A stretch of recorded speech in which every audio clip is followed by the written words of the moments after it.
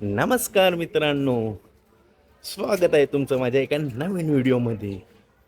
शुभ दीपावली. तुम्हा सर्वांना दीपावलीच्या खूप साऱ्या शुभेच्छा. आज लक्ष्मीपूजनाचा दिवस. आजच्या दिवसाची सुरुवात सुंदर अशा पहाटे भूपाळी गाण्यावरून झाली. दीपावली म्हणतं तर घरात गोडधोड बनवलं पाहिजेच, त्याच लक्ष्मीपूजन. त्यानिमित्ताने आज घरी शेव बनवले. आम्ही सर्वजण एकत्र बसलो खायला. थोड्याच वेळात मृणांक उठला. सकाळ झाली म्हणून उठला.